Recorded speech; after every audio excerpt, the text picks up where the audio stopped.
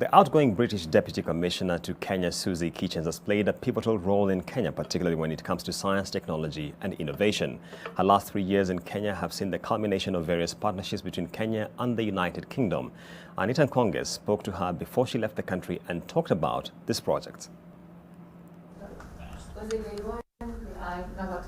Outgoing British Deputy High Commissioner and Permanent Representative to the United Nations Environment Programme, Susie Kitchens, has for the past 6 years made East Africa her home, first in Tanzania and most recently, Kenya. I absolutely love Kenya. I've had a fantastic 3 years here. I've seen just a fraction of the country and I wish there was more time, more days in the week, more holidays that I could take to go and see more of it. But I feel a real positivity. I think the hustle culture here is something that is really special.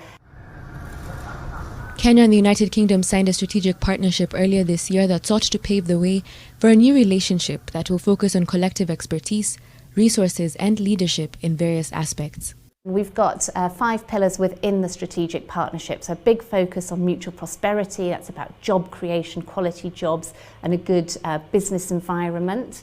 Then there's a bit around sustainable development. Then there's a focus on climate change, and the UK will be hosting the next COP meeting, Conference of the Parties around climate change, which has been postponed from this year because of coronavirus, but will take place next year. And we see Kenya as an absolutely pivotal partner in the region on tackling climate change. Another pillar is science and technology, something that Susie is passionate about, particularly now with the coronavirus pandemic. And there are first-class scientists in Kenya working on this in collaboration with some of the British institutions who are very active on trying to find vaccines, for example. Corruption has tainted this and previous governments even before Susie's tenure, an aspect of Kenya that she says is manifold. Corruption is the one thing about Kenya that makes me feel really sad, actually, and it is a very complex issue to address.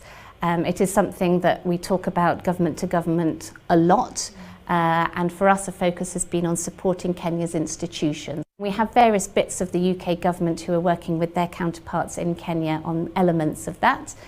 So the National Crime Agency, for example, does a lot of mentoring with their counterparts here in Kenya.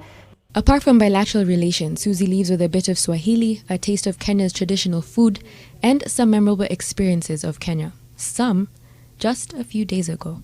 I went to the Mara, we saw the wildebeest migrating, we saw hyenas and wild dogs, I mean, everything that you would hope, and fabulous sunsets and just huge expanses of the Mara. However, I got a puncture on the way there, so the less happy memories will be muddy tyres, not really knowing what to do, the Jack being buried under 15 sleeping bags and all our tenting equipment. I mean, travelling to Mars a bit to go and see life in northeastern, over to Kisumu, seeing the hyacinth in the lake there, but also learning about incredible science going on into keeping the lake healthy and productive, speaking at Pwani Innovation Week in Mombasa, going running in Eldoret. I'm a keen runner, and you know, it was just around the time that Eliud Kipchoge was doing a race in London, so there was a huge amount of interest in that.